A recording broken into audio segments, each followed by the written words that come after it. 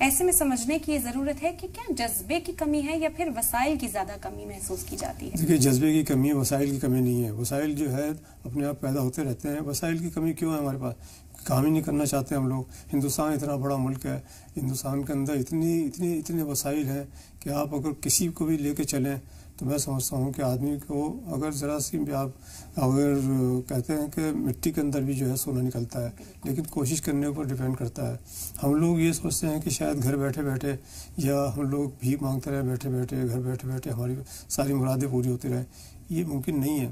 آپ کو حرکت میں آنا چاہیے، حرکت میں ہی برکت ہے. دوسری قومیں جو کیا کر رہی ہیں، چھوٹی سی مثال میں دیتا ہوں سرداروں کی. ہندوستان کے اندر ایسی سیلف ریلائنٹ قوم ہے وہ، ان کا آپ کو کوئی بھیک مانگا نہیں ملے گا.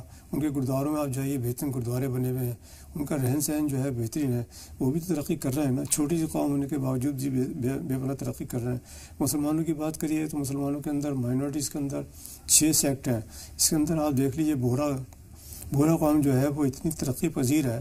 ان کے ہاں بھی آپ کو کوئی بھکاری نہیں ملے گا، ان کے اندر غیر تعلیمی یافتہ نہیں ملے گا. لوگ بزنس سے جڑے ہوئے ہیں، ایک دوسرے کی مدد کرتے ہیں اور بہت پراسپیرٹی ہے ان کے ہاں بھی. تو ان تمام چیزوں سے مسلمانوں کو سیکھنا چاہیے. لیکن یہ جبھی ممکن ہے جب خود بخود انسان کے اندر ایک جذبہ پیدا ہو. بے شک کہا جاتا ہے کہ وسائل کی کمی نہیں ہوتی ہے اور جذبے کی کمی ہوتی ہے. اگر ایک بار ٹھان لے تو پھر کہیں پیچھے نہیں رہ جائیں گے.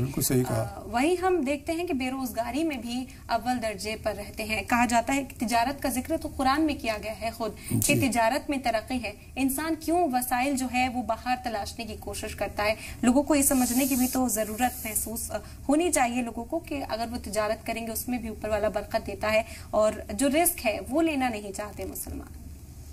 جی آپ کو معلوم ہے کہ حضور اکرم صلی اللہ علیہ وسلم نے تو تجارت کی طرف زور دیا.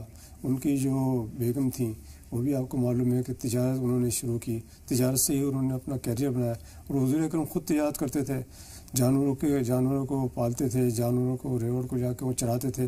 اسی سے انہوں نے اپنا بزنس شروع کیا. وہ ہمیشہ اس بات میں یقین کرتے تھے کہ آدمی محنت کرتا ہے تو اس کا پھل اوپر والا ضرور دیتا ہے. ہم لوگوں کو بھی یہی کوشش کرنی چاہیے کہ محنت کریں. اب لوگوں کو لگتا ہے کہ وسائل کا مطلب یہ ہے کہ میں تو چھوٹی چھوٹی مثالیں دیتا ہوں آپ کو کہ یہ 500 روپے سے میں کہتا ہوں آدمی جو ہے اپنا تجارت شروع کر سکتا ہے. کیا تجارت 500 روپے سے؟ لوگ مذاق اڑاتے ہیں 500 روپے سے کون سی تجارت شروع ہو سکتی ہے. میں کہتا ہوں کہ 500 روپے سے آپ ایک بہت بڑے مینوفیکچرر کے پاس جائیے، اس سے اس کا سامان خریدیے. اس کے بعد آپ ہول سیلر کے پاس لا کے اس کو بیچ دیجیے. ہول سیلر سے لے کے آپ ریٹیلر کے پاس چلے جائیے. ریٹیلر سے لے کے آپ جو ہے وہ کنزیومر کے پاس چلے جائیے.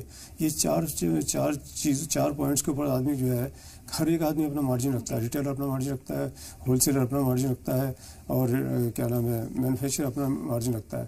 تو کون سی ایسی چیز ہے جو آپ 500 روپے میں نہیں شروع کر سکتے؟ ایک چھوٹا سا ٹوکرا لے کے آپ سبزی منڈی میں جا کے اس ٹوکرے کے اندر سبزی ہی لے کے آ جائیے، فروٹ لے کے آ جائیے، وہ بھی آپ لا کے بیچیں گے. میں نے بہت سارے بچوں کو اس طرح سے روزی روٹی سے جوڑا ہے، 500 روپے سے، 1000 روپے سے، 5000 روپے سے. اور آج اللہ کا شکر ہے ان کے اندر میجورٹی جو ہے وہ کام پہ لگے ہوئے ہیں. روزی روٹی سے ان کا اچھا گزارا ہو رہا ہے. خوب پراسپیرٹی 1 پیسے سے شروع کر کے آج وہ لاکھوں روپے میں کھیل رہے ہیں. بے شک اور اس بات کو سمجھنے کی بھی ضرورت محسوس کی جاتی ہے. آج کے وقت میں تو ضروری ہو جاتا ہے کہ اپنا کاروبار ہو تاکہ بچوں کو بہتر تعلیم مہیا کرا سکے اور معاشرے میں بہتر مقام حاصل کر سکے. لیکن ہم دیکھتے ہیں کہ ہمارے قوم کے اندر تعلیم کو بھی اتنا زور نہیں دیا جاتا. سر ہم نے دیکھا کہ کسی کے والد رکشہ چلاتے ہیں تو جیسے ہی بچے جو بڑے ہوتے ہیں ان کا بیٹا ہے تو وہ بھی اسی پروفیشن میں لگ جاتا ہے. زور ہی نہیں دیا جاتا کہ ایجوکیشن مہیا کرائی جائے. کیا وہاں پر ہم دیکھتے ہیں ایجوکیشن انسٹیٹیوٹس کی کمی محسوس کی جاتی ہے یا پھر وجہ یہی بنتی ہے کہ اکنامیکل کرائسس اتنا زیادہ ہے کہ اسے بھر پانا، وہ جو گیپ ہے اسے بھر پانا ناممکن ہو جاتا ہے؟ دیکھیے ایسا ہے کہ سرکاری اسکیم بہت ساری ہیں. یہاں تک کہ سرکار نے تو مدارس کی بھی اسکیم نکال کے دے دی ہے لوگوں کو. اب اگر ہم اس کا فائدہ نہیں اٹھانا چاہتے تو ہماری کمزوری ہے، سرکاروں کی کمزوری نہیں ہے. ہم لوگ سرکار کو اگر الزام لیتے رہیں کہ سرکار یہ نہیں کر رہی، سرکار ہمارے یہاں دیکھیے دوسری مائنورٹیز بھی ہیں، وہ جا کے سرکار سے جو سرکاری پیسہ ملتا ہے اس کا پورا فائدہ اٹھاتے ہیں. وہ ہم سوائے مسلمانوں کو چھوڑ کے جتنی مائنورٹیز ہیں وہ سارا پورا فائدہ اٹھا رہے ہیں. ہم ہی ایسے ہیں جو نہ تو فارم بھرنا کیونکہ مشکل ہوتا ہے کہ ہم لیں گے نہیں، ہمیں فارم بھرنا نہیں آتا.